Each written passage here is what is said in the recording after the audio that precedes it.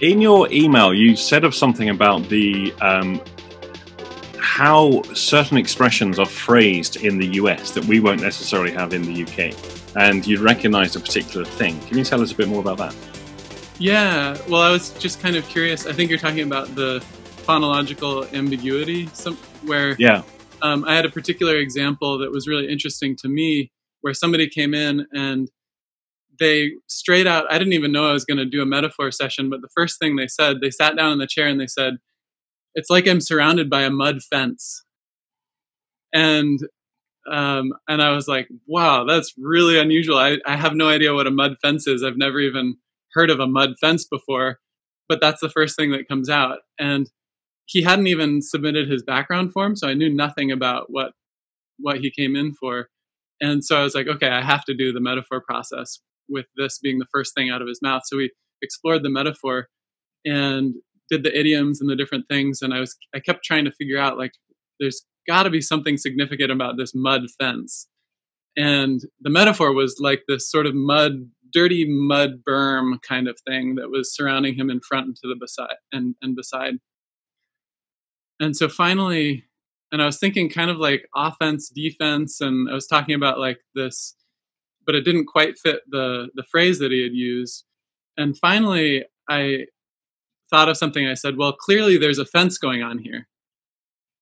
And he said, damn right there is. And he slammed his chair and he's like got really angry. And he started talking about how angry he was about what was going on. And so, and I had no idea that what we were working with was anger related. And so that was really interesting to me and made me curious about, because obviously he heard it offense as offense, like taking offense. And in America, of course, that sounds the same, at least in certain parts of the country. Offense and offense is actually exactly the same how it sounds. And so that probably wouldn't work in England. But for him, it seemed to really connect. And so it made me curious about when are those phonological ambiguities going to really connect for somebody's experience, and when is it just being way too clever? But it seemed to me like the fact that he came out with that really unusual phrase was a sign that there was something in that particular phrasing that was important to the metaphor. Whereas if he just told me about that, well, there's this, mud berm here, and I came up with this idea that it was a fence, I don't think that would have connected at all. But I was just curious if you've come across more distinctions for when would the phonological ambiguity match their experience in the metaphor, and when would it just be like being way too clever? It's certainly an interesting one. I can't right now. I can't think of any examples of. I can't think of any phonological ambiguities. Back in my Ericksonian hypnotherapy days, that was one of the things I utilized a lot. I'm so out of practice with that sort of work. I'm sure they come up in your metaphors, and you might not just notice. It might not necessarily stand out. I'm sure I've had other ones that I don't really remember. It would make sense to me that this would work, mostly because how I interpret the metaphors work neurologically. I'm utterly convinced. I might be wrong, but I'm probably not. The left brain is very much doing the content, and the right brain is doing the form and submodalities. And left brain dialogue, this metaphorically speaking, the brain isn't equally as divided as I like to make out, but left brain activity is largely the content, and it's a meta position that the left brain gives a meta commentary upon experience, so we can talk about experience. The right brain is the one having the experience through metaphor, and so there's a lot of material that we can verbalize consciously that we only are paying attention to a portion of that communication, but actually it's being organized unconsciously as metaphor simultaneously. And it makes sense to me that our actual structured experience can be divergent to our linguistic or verbalized experience. which is why people use these figures of speech, these idiomatic communications. When we explore the metaphor of the representation, it's entirely different to what they've just said. And so we get a complete differential between what they say and what they actually experience. Once we get into the metaphors work, we start to create an alignment between those two things. And I think certain key expressions will give away a perfect alignment between the conscious divergence and the metaphorical representation. There'll be points where the two things do connect. And I suspect your example is where his representation of experience is socialized experience that is conveyed as a meta position. That's the offense fence is where they actually connect with each other. Yeah, totally. There's one example that really caught my attention. I've seen this 3 times. And oddly enough, they were 3 times pretty much in the same year. I've never seen it since. And I wonder if this is because we have certain phrases and expressions that do a circulation. A phrase comes into culture, it gets repeated throughout social media and world broadcasting media, and then everyone's using it, and then it goes away. Because I remember as a teenager, I heard everyone was saying upset the apple cart. And I couldn't work out, I was about 19 at the time, is this because I've only just heard the expression consciously and everyone says it all the time, or they've just started saying it again and it's a very in-fashion thing to say? Yeah. This was the one that people said 3 times. It's like I'm pinned down. And so, this was in my early forays into the metaphorical work. I didn't have any of the stuff that we have now. So it was an early expression, pinned down, where I would then basically throw back the visual representation for the person. I wasn't so sophisticated as to actually ask them for their own. I was offering the projected metaphor from my position. And pinned down, and I was saying, is that like, in the trenches? And people agreed that it was very much trench warfare. One guy, it was a relationship issue, and there's basically no man's land between him and his partner, and they keep taking pot shots at each other. And then we explored that a little bit, and I said, but then there's the pinned down, like a butterfly with pins in, being pinned down.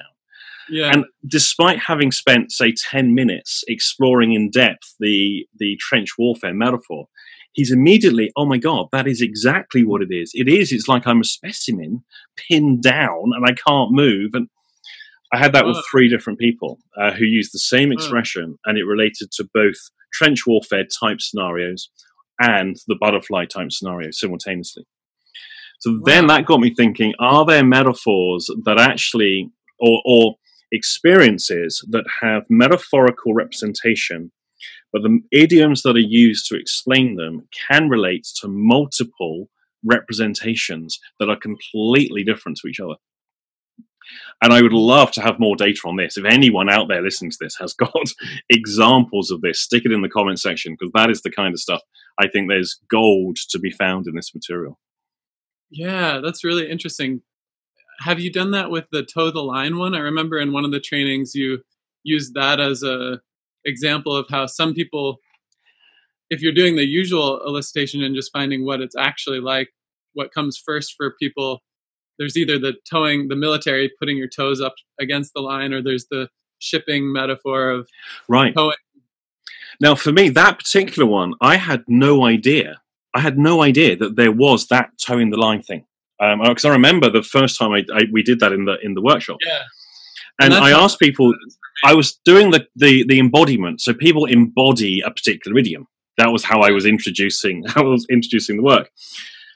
The towing the line, I thought everyone had it as a line on the ground. You put your toes on it. And so my thinking was to set the exercise that people could enact that. And then half the room would, what are you doing? What is this? And they, when people then said to me, tone lines, actually, this one is TOW, not TOE, that was a bit of a shock to me. Yeah. As soon as I got home, I spoke to my father, because both my parents were in the military, they're in the Navy. And so towing the line to me was an expression that was familiar. My father said it all the time. He might have only said it the once. Yeah. When I said to him, when you said to me as a child, towing the line, what did you mean? And he said, well, it's towing, isn't it? I never, ever had even considered that before that particular event, that workshop. So now that gets weird, because now, is this happening all the time between people with the idiomatic expressions they're using? And actually, we're creating completely opposite representations of or completely different representations of what we're actually saying and intending to mean, as opposed to what's being interpreted. And how much conflict and difficulties between people can be solved by remedying those misunderstandings or lack of communication. Yeah. So with what you were saying earlier about the pinned down, that makes me curious. Do you think that everyone would be able to relate to the opposite of toe the line also, or not necessarily? Or who knows? Well, the towing the line this way, makes no sense to me whatsoever. Because if my father said that to me as a thing of obedience, I must toe the line. Yeah. And I mustn't step out of the line. I've got to stay in line. All the things about lines and rules and obedience.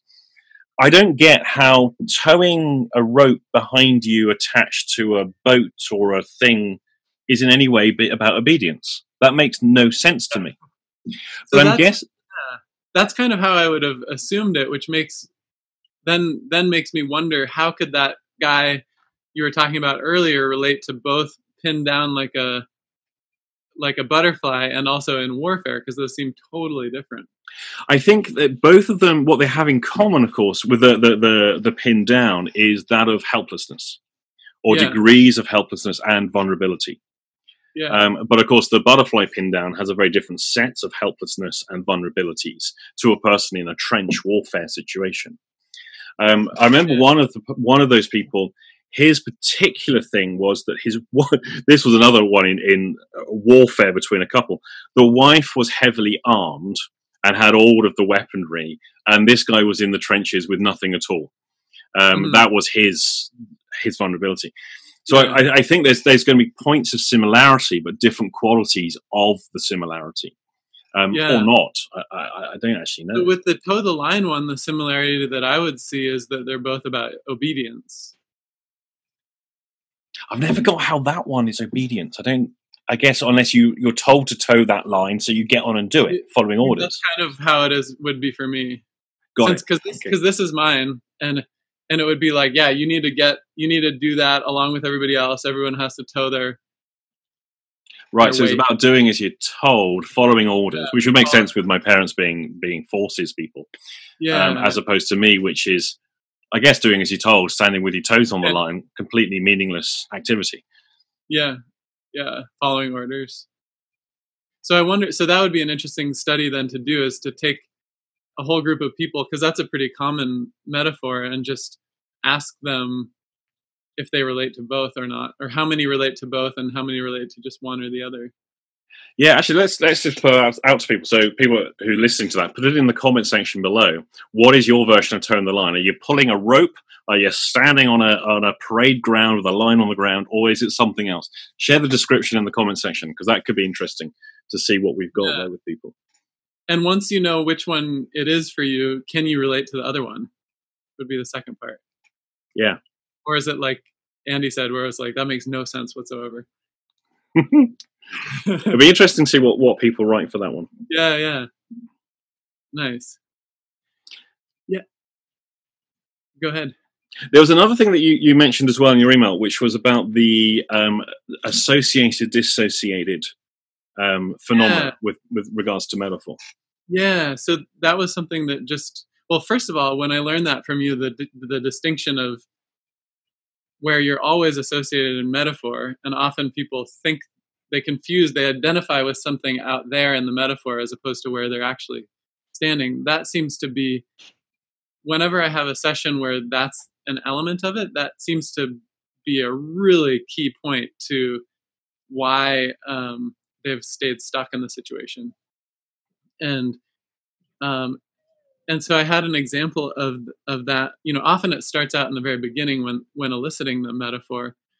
But I had an example where that happened. I wrote a blog post on it as well. But we had actually elicited the metaphor, and he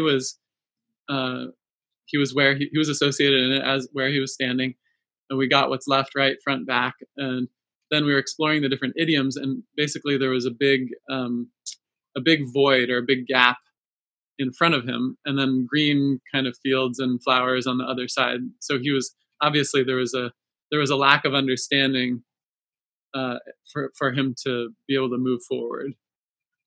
And so as we were exploring the idioms, though, he just goes, "Oh, I just got this vision of me spontaneously turning into this beautiful parrot and like flying across the void." And I said, "Well, that sounds really nice. There's just one problem with it. You're not a parrot." And he was like, "Oh my God, I just said that to somebody 2 days ago. I told them I'm not a parrot. I don't want to be parroting other people's things. I want to be doing my own thing." And to me, that was just like, I mean, I'm continually amazed by how much, when you just follow the process that you've developed, how much, I didn't know anything about that history, but just by following the process, it just matched perfectly his experience. And so that was really, really useful. And I think in a lot of other processes or methods, a coach might just go, "Oh yeah, wonderful. Just like be a parrot and fly across and overcome this obstacle and get to the lovely flowers on the other side." And then what would that have done? Then that would sort of match to his unconscious experience. Well, that would basically communicate to his unconscious. Just don't actually do don't increase your understanding in any way. Just parrot what other people are doing. Mm. So the dissociated identity piece has seemed particularly useful and valuable. I mean, there's a lot of different useful pieces, but I think that's the most common of what we call the boundary violations. That's the most common one of the set. Yeah. I think I've marked out 17 different boundary violation variables. And for those who are unfamiliar with this, it's where people basically are giving you metaphor, but not at the same time. They're kind of almost giving you their experience, but they're not really giving you their experience. They're giving you something else. And there's distinct patterns of how people can do this. One of the things I saw was that you're always inside the metaphor, experiential metaphor, because we're in the experience. We're always on the inside of it. So therefore, metaphor extends out in all directions. One of the problems is, of course, is that people dissociate from their experience. So they describe themselves over here, and they're talking about themselves there, and they want you to change that representation. All very well and good, which basically means me over here, the person who's actually doing the work, isn't doing the work. Just change the picture I have of myself and everything will be fine. And it's where I start to wrestle with this, because if the guy is in his world, turns into a parrot and flies off into paradise and he's happy ever after, is there anything wrong with that? Is there functionally anything wrong with merely doing what I call kinesthetic denial? Change the representation, imagine you're something else, create a different state. And we do this a lot in therapy anyway. We're essentially, with therapy, use your imagination, think different thoughts to what you're currently thinking. If you have bad thoughts, think different ones. And the question I have is, does it matter what the different thoughts are that people have? And I wrestle with this one. I've recently been introduced to Mike Mandel. I don't know, he's probably more known in the States than he is in the UK. Yeah, phenomenal hypnothoughts. Phenomenal hypnotist, big name in the field. And I've been introduced to his work of mindscaping. And somebody wrote to me to say, "Do you know Mike Mandel? Has he trained with you, or did you train with him? Are you copying each other? What's going on?" It's like, never heard of him. And I suspect he'd probably never heard of me either. So I had a little look at his work, and I'm like, oh, now this catches my attention. This is interesting. Because he's also working in the metaphorical domain. But I get the impression he's stumbled into that domain without being influenced by the same things that I have. And I'm looking at some of the similarities that he and I have got with the work, and also the differences between them. One of the fundamental differences there is that he's quite happy for the client to go into the metaphor and expand it out and explore it, and then change it. Essentially, the horizon being the goal, the horizon being an outcome. and how does the person move towards new horizons. I'm paraphrasing here. Maybe Mike can correct me on this later. Yet on his forum, where his practitioners are writing their case studies and reviews, the results they're reporting are undeniable. And I don't believe for a second these people are all just making this up and all their clients are magically healed. They do seem to get some really, really good results. And yet they're not paying attention to preserving the integrity of the metaphor that we do in metaphors of movement. Yeah, yeah. So it's an interesting one. I remember a conversation I had with John Grinder about this. We were debating really the tightrope example. I think it was one of the first workshops in Boulder. The lady on the tightrope, and she can't put a foot wrong, and she's very distressed. And what she's saying is she can't go on like this. And she'd recently seen a doctor and said she can't go on like this. And that was interpreted quite badly, I think, by the doctor. Oh, she must be depressed. She can't go on. But actually, she's talking about unable to take steps to move forwards. And she's, on a tightrope, you have no choices. You have to either go forwards or back. And she's wobbly, struggling to maintain balance and all that kind of stuff. I asked her how high the tightrope was. And to her surprise, it's only like that high off the ground. So now the lack of choice that she thought she had is no longer true. She can actually change direction, and which is what she needs to do. Her way forwards doesn't work for her. So she needs to change direction of her life. Now, what John Grinder suggested was that he could point out something about the tightrope, and it's not quite the tightrope she thought it was. So essentially, I'm changing the behavior of the person within the metaphorical landscape that they've got. Whereas Grinder was suggesting that you can just simply change the metaphorical landscape at increments that are acceptable to the individual, because the rate of change has to be acceptable. How would that be changing the metaphor? I missed that part. What he suggested was that maybe the tightrope is shorter or thicker or different in quality to the one that she's currently constructed. Essentially, so it is a tightrope, but it's just not infinitely long as she thought it was. It is a tightrope, but it's much wider than she thought it was. So introduce change incrementally to allow her thinking to be different. Now, of course, I rail against that sort of thing. Yeah. But she's the one who's made the metaphor in the first place, and it's just an invention from her imagination. Yeah. So I kind of wrestle with this, should we or should we not? And for me, it comes down to the efficacy of the process. That it's much easier or quicker to get the person to change their responsive behavior within the landscape that they have currently got in order to create change within their lives. But my selected metaphors of my reality define how I live my life. If I had a different set of metaphors for my reality, I would be living a different life. So, it just, it starts to get complicated. Yeah. Well, what it makes me think about is just going back to the original NLP thing about our maps for reality. And if we have a crappy map, then changing it might be useful. But if we have a pretty accurate map, then changing the map is going to be unuseful. And there comes in the question, which is, how do we know if the map we've got is a good one? Exactly. How could we? I don't know if you have any thoughts on this. How could we know whether the map we have is acceptable? I think for me, the only one we can do is operating out of our own maps too. And how do we know that ours are right? Yeah. I think people get reassurance when other people share the same map. Because that's the basis of culture. That's the basis of rapport. I'm utterly convinced that people who have very similar maps of the world have a strong rapport with each other, and that communities share similar maps. That's why we're able to communicate idiomatically. I learned in working in Japan, where their cultural heritage is entirely different to that of the Western world. So we have a Judeo-Christian background. They have very much a Shinto Buddhism background, going back millennia. So the idioms and the idiomatic phrases are actually quite different to what we have here. What I learned is that the translation of my idioms, the translator, some of them she can give directly word for word, because they're intelligible across cultures. But others, because they might be taken literally, have to be converted into the equivalent idiom that they would have within Japanese. Yeah. And so the cultural variances I think can be accounted for by metaphor structure as well, that reside within the language. Yeah, yeah.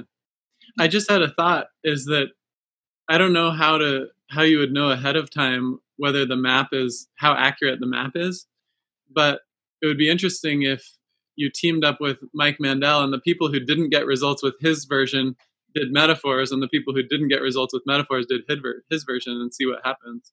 I think we should do that. That's Yeah. a really good idea. I will contact Mike tomorrow and go, Mike, we've got a job on. We need to do something here, because that could be interesting. Because I've got a number of people who were like, I never want to see that man again, despite my best efforts. And maybe Mike's got one or two like that as well. So that could be kind of interesting. Do a pilot. Yeah.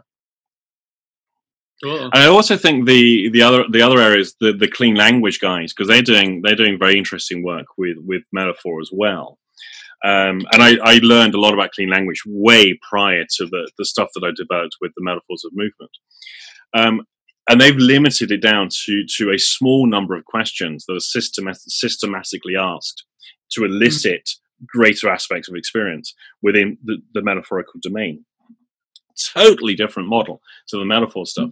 And again, they get really good results too. And it's almost, I would say, the clean language work and the metaphors of movement are almost like opposites of each other.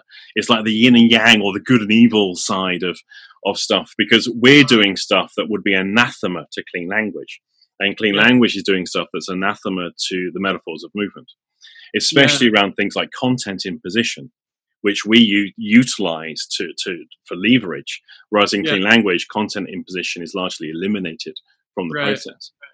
Yeah, interesting. Well, that'll be a good.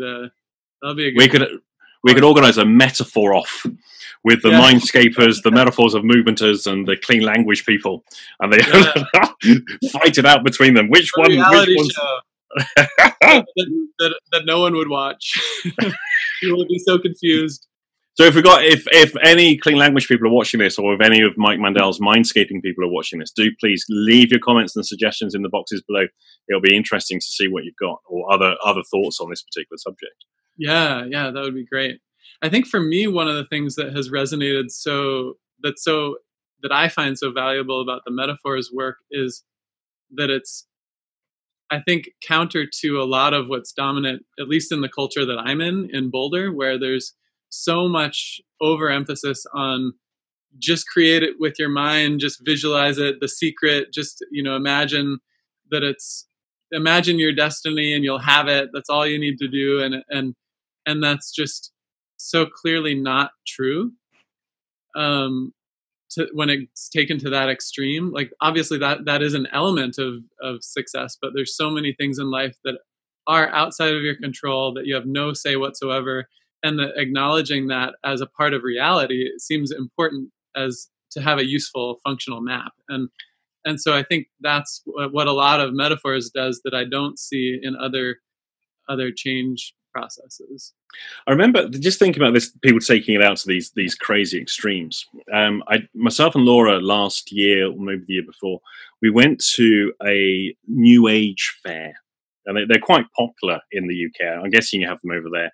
So it's basically like they book out a conference hall, and there's lots of people selling crystals and dolphin pictures, and they're doing the healing and weird esoteric stuff. There's a bloke doing your aura photographs, and just basically general madness going around the whole place, and lots of weird and wonderful things for sale. And off in the side rooms, they have regular sessions and lectures being given.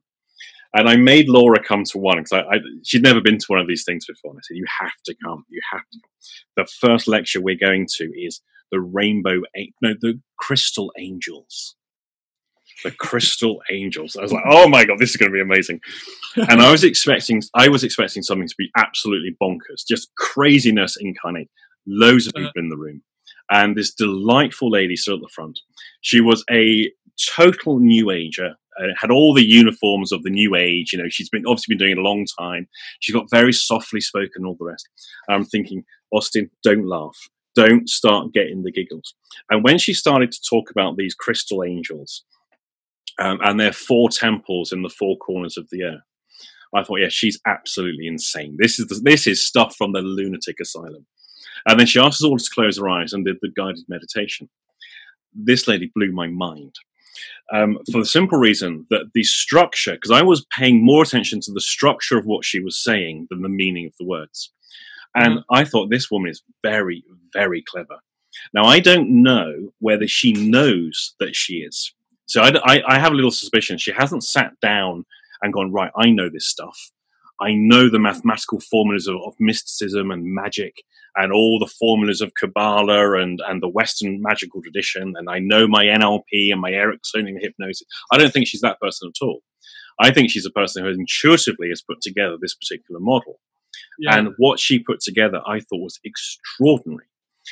There was nothing in what she was saying, I believe, that had any groundings in reality in terms of these crystal temples that were buried in the earth by the Atlanteans before Atlantis submerged beneath the waves. And I don't believe there's any validity to anything that she said. But the structure of what she was saying, the process and the chaining of states that she took people through, it blew. She was extraordinary, absolutely extraordinary. Yeah. And she also struck me as somebody who, whilst the content of what she says is way out there and completely crazy, she probably is a lot more sane and grounded than most people I've ever met.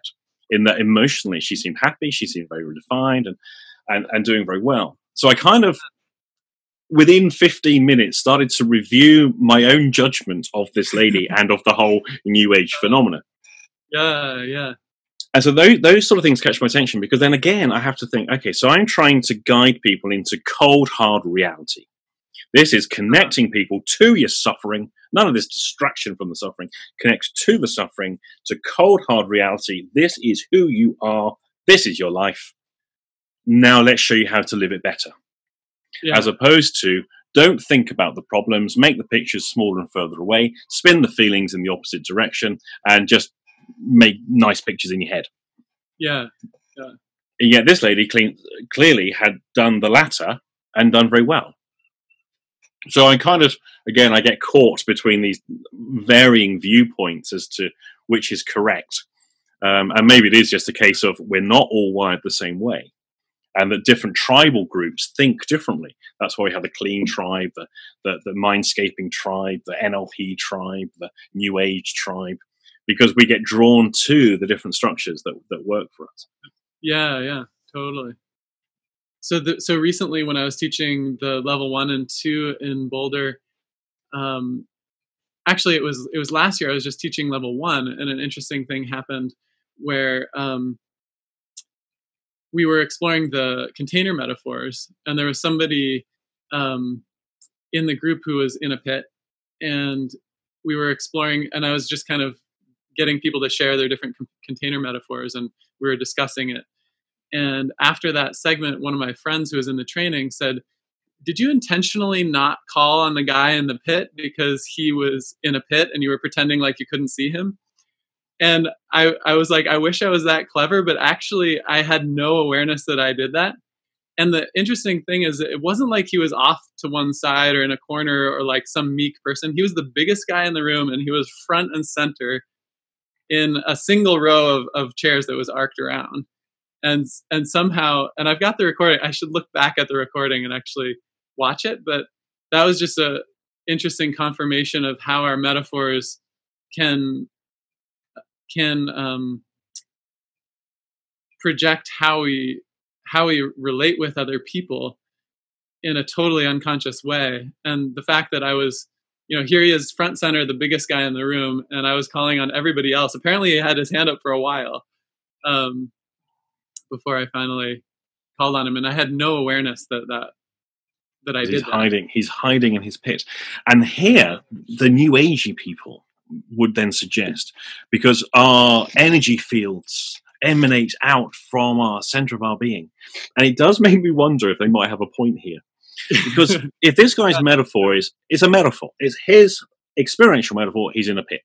Yeah. And that renders him fairly invisible and fairly inert. And he did extremely well at achieving that. There's almost like a magical principle that can be at play here. Because I think you also get the opposite, which is where you have the person who gets your attention constantly in the room, or the people that get, and they're not doing anything. They're not behaving in ways that grab your attention at all, more so than anybody else. And I find this, I think other presenters must get this too, which is there's those people who become invisible in the room over several days. You think, okay, I must pay more attention to that guy. And he's gone. Next day, he's gone again. He's vanished. And then the attention goes to these key people. It's a bizarre phenomena. Yeah. I think we used to, myself and my friend Dave, we used to call it Invisible Ian syndrome. And this was named after a guy we used to know, Ian, who was invisible to everybody. It was extraordinary. And Ian could arrive and go home from an evening or a social, and no one would ever notice. No one noticed when he arrived. No one noticed when he left. And I always felt bad for Ian because, oh God, I never said goodbye to Ian. Oh, he left ages ago. Did he? Didn't even know he was here. Actually, I forgot when he was there. I forgot he was there. So Invisible Ian became the nickname we gave him. And I've kind of become aware of the similar phenomenon that you've recognized as well. That it happens in the training room. It is so strange. Yeah. In this case, it was just in that particular context because it was definitely, in my experience in the rest of the training, he was really engaged and a great participant and just really friendly, nice person and really enjoyable to have there. And so, but then when we were exploring the pit metaphors, and then suddenly I didn't notice. Yeah, it's interesting. And the other one is how are our experiential metaphors, our map metaphors of the world, how are they communicated to other people? So in the metaphors of movements, there's two things we're paying attention to. We're listening for idiomatic communication, and we can derive data from the idioms, but then we also elicit the metaphor, according to the full process. But I wonder if there's other ways that these things get communicated too. For example, there's all the nonverbal communications, and we tend to think of nonverbal communications as a singular entity, like a pointy finger, like a touch to the nose, a little raise of a little micro muscle in the eyebrow. But I wonder if it's more than that, and actually it's how these things sequence together, and that micro muscle sequences and behavioral sequences can convey these experiential metaphors too. Because if I'm always in my metaphorical landscape, whether I'm conscious of it or not, I'm always moving through it. So my gesturing, my breathing, my general demeanor, my postures, everything will sequence accordingly to which portion of the metaphor I'm currently moving through the landscape, because the landscape being a huge environment. Yeah. And then I also think there's the possibility that the way we structure our normal sentences, the intonations, where we put the punctuations, where we put in pauses, and so the punctuation points right then, now, those kind of things, how they fit in, that we're not aware that we're doing it when we do it. I've been doing some recordings last week, and the frequency by which I say so and now. Stop saying now at the beginning of everything. Stop saying so at the beginning of everything. And I never know I'm doing it when I'm doing it. And it's ridiculous. So that tells me that's an unconscious behavior because I can't catch myself when I'm doing it. So I think a lot of the metaphor can be conveyed in these ways. And then I also think there's the pheromonal aspect. And there's a lot of data around pheromones on mammals. That sense of immediate either attraction to people or repulsion. We can be around people who they've done nothing. There's nothing in their behavior whatsoever, but we know they're not one of us. We know immediately this is not a person we're going to hang around with or go for dinner with or go for coffee with ever. Even if it's in a workplace, whatever. And when we do, it's like, oh, that really wasn't the person I wanted to go for lunch with today. And there's been nothing in the communication whatsoever. And I think there's or nothing obvious. So I think there's multimodal communications happening. And part of those multimodal communications are the metaphorical maps at the same time. And that people with similar maps emit similar communications or sequences of communications, which is how we recognize each other as being like one of us. I know when a person's on the same wavelength as me very, very fast. I know when somebody's completely not on the same wavelength.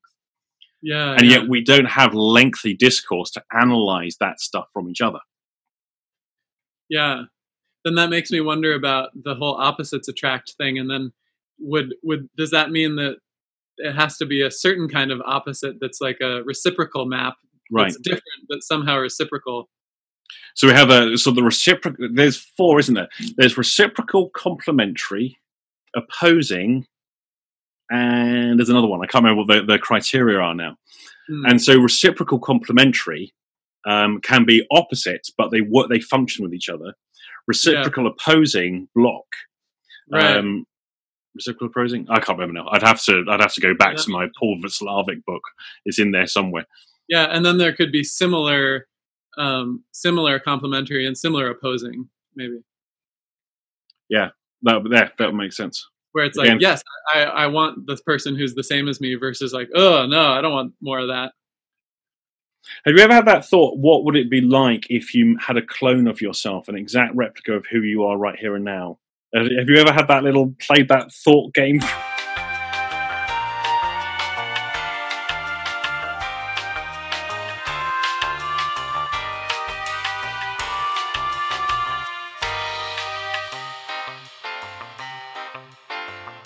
Who knows? I'll stop. Well, maybe in the future we'll be able to clone you and find out. I think, yeah. Well, we won't. We won't be doing that. That's not a good. Okay. There was one other thing, if we have time still, that I was that was interesting that I noticed in terms of when you were teaching about business metaphors and finding out, okay, so your business, what is that like? And then finding what's left, right, front, back of the business. And we did that a couple of years ago is the time where you first guided us through that in the advanced training in Boulder. And I was noticing that I pictured my business, and then I found what's to the left. I sort of had an orientation. It was like it was a little cottage in the woods. So there was a front of it and a back of it, and so I could get what's front, what's back, what's to the right, what's to the left. And then as I was kind of reviewing that to teach it this year, I was emailing you about how I started to wonder, okay, so there's the business and what's right, left, front, back of the business, but then there's also my how I'm seeing my business. And I noticed that I was looking down on it. Why was I taking that perspective as opposed to any other perspective? And so I had emailed you about that. And when I thought about it, that totally fit for my experience, because I've always, it's never been my primary focus to make money. So it made sense that I would be looking down on the business aspect of what I do. And when I thought about that, and also more recently too, with having a almost 1-year-old son and needing to make more money, that's become something that I look down on a little bit less now, that it's important to actually do that so that I can have a sustainable family. And so now my experience is that I'm actually like looking forward to it, whereas before I was looking down on it. And I attempted to explore that a little bit in the group this time. Didn't come away with anything too conclusive because it was a little bit tricky. Some people, when they elicited the metaphor, they just did what we had been doing the whole time, the basic process, and they were in it.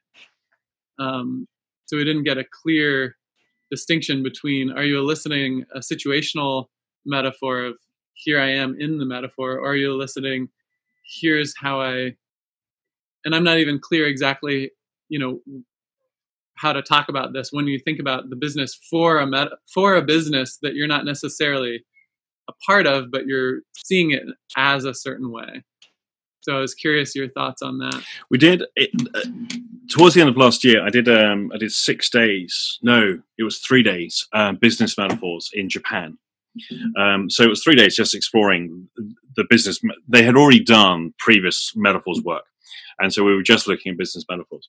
And this was so useful because across cultural divide, completely different presupposition of language, completely different idioms and metaphor background, it was a really good testing ground for similarities and differences to what I'm aware of. I've got a distinction. I don't know if I have the correct terminology for it, And so people might be able to correct me on this. And it's the difference in my head between a conceptual metaphor and an experiential metaphor. And there's going to Yeah. be huge overlap between the two areas.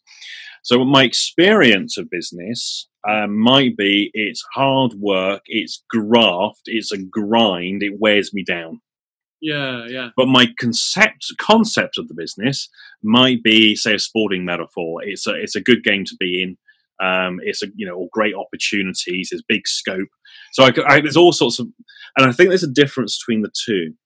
Yeah, that makes sense. What I don't know how to do yet is how to direct a group of people in a training room into one or the other.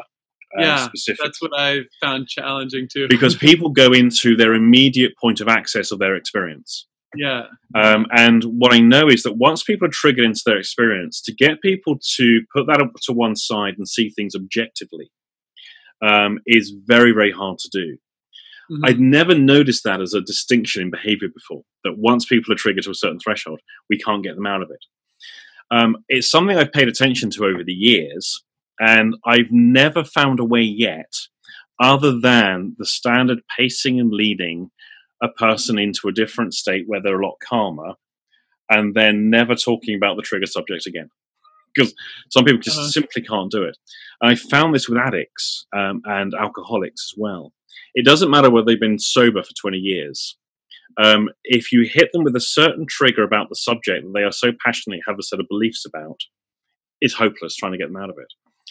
And I'm wondering if this is also a metaphorical thing as well. So we have our fixed metaphors of stuff. So my metaphor for addiction, for example, is once an addict, always an addict. I've not had a drink for 50 years and I'm an alcoholic. That makes no sense to me. And when I've questioned that to a group of alcoholics in a training environment, oh my God, lynch mob time, because who do I think I am to suggest that? And I can't now get them to go into an objective way of let's look at the variables here and find out whether this is actually, they can't do it. They couldn't do it. Mm-hmm. So I wonder if it's once people are inside the metaphor, because the metaphor experience is infinite in all directions, we can't get outside of it. Because what I found is that we can elicit metaphor infinitely. It's just that the further out we go from point zero, where the person is, the less data we find, and the data becomes less reliable. How do we get a person outside of that once they're inside it? Which then opens up the question for me, how do we enter into and exit from metaphorical experience? Mm-hmm. Because people clearly do that. We move between different metaphor representations, and people have completely different maps of the world that they slip in and out of, depending on context.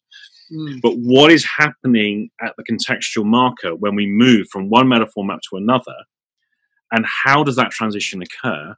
And if we can measure it and find out how it's done, we can create that contextual shift, which might make people extremely effective in business.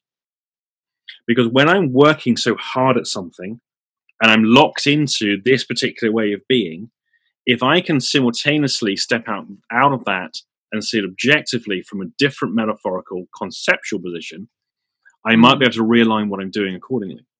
Mm-hmm. I'm sure people do this, and I'm sure people have a conscious ability to do so. How that's done, I've never found out. Yeah. I don't know if any of that makes sense. Even if you found out how, then the next question would be, how do you know when? Yeah. Now, with the Japanese group, here was the thing I found. I think it was about, I'm going to guess there was 35 people in the room, thereabouts, maybe 30 to 35 people. Pretty much it was 50-50. Half of them were always going into conceptual metaphor, and half of them were going into their experience. I don't know, because hardly anyone in the room had much English, and I have absolutely no Japanese language at all. So it was very hard to ascertain. It appeared that the ones who were more extrovert, and Japanese culture is very conformist generically. So when you see extroverts in a room, they stand out much more so than other people. The extroverts were much more likely to be conceptual. The introverted people seem to be much more to be experiential in their business metaphors. I don't know. I've only got that That's one the opposite sample. of what I would have guessed. I'm sorry. That's the opposite of what I would have guessed. Yeah. It's one sample size, one group of people, and my interpretation through linguistic barriers. So it might actually, I might have got it completely wrong, but I just wanted to throw that out there because other people might have a view on this. And again, comment section below, because it will be interesting, I think, to get more data on this. And if we can find that point of transition and how it is mediated, then the potential, I think, there is huge, especially in business, health. Because every point of physical sufferance has a metaphorical representation, and people forget their pain and they get reminders of their pain. And we used to do that all the time in hospital. Do you need painkillers, John? He had completely forgotten he had pain right up until the point you ask him for painkillers. Yeah. And so we can move him back into his experiential metaphor for pain. But for some people, heal as well once they come out of a particular mode of being, map of the world. People can lift out of depression. They can lift out of various psychosomatic and chronic quality of life issues. We could facilitate those transitions so much more easily. If only somebody, maybe one of them, who knows, could actually start to identify those things. But I think a lot of data would need to be looked at and how we get there. Yeah, maybe we can apply some machine learning to it. Yeah, that you've used two words that I don't understand, but yes. So when it comes to technology, input the computer system learns after like multiple examples. I have no idea how you would do the inputs though. Right. If anyone's out there knows about machine learning, can input the data, talk to Mark. I would offer advice and stuff. Phone Andy, don't contact us. We're not going to do that one. Yeah. So Mark, I think our hour is up. Yeah. So I think we should, if it works for you, we can do this again in a week or two and go over some other stuff if that's all right with you. Yeah, that would work for me. So if anyone's got, let's just put it out there. So if anyone has any questions for either myself or for Mark, can I just, for some of those people who'd be familiar with me but may not know you, can I just throw something out there? So Mark is a core transformation trainer and has done more core transformation work than most people could imagine, and also the wholeness process. Now, the reason I wanted to throw this out there because I know there's some similarities with those areas into some of the things we look at, some of the conceptual similarities with the metaphors work, and also leaks into the IMT stuff. So you've got a completely different perspective of how you look at this stuff from where I come from at it. So I suspect that you may have insights to things that I don't possess and vice versa. So if anyone out there has questions for Mark relating to core transformation, and I know one of them, I can tell you right now one of them is going to be, what would happen if you did core transformation on a component within the metaphorical landscape? Would that be a legitimate way of working? So we could start with that one for our next call, if that works for you. Yeah, sounds great. And if anyone else has any questions for Mark, please stick them in the comment section. If anyone's got any questions for me, stick them in the comment section, and we will sort that out in a week or two. Great. Thanks a lot. Always fun. Brilliant. Thank you, Mark.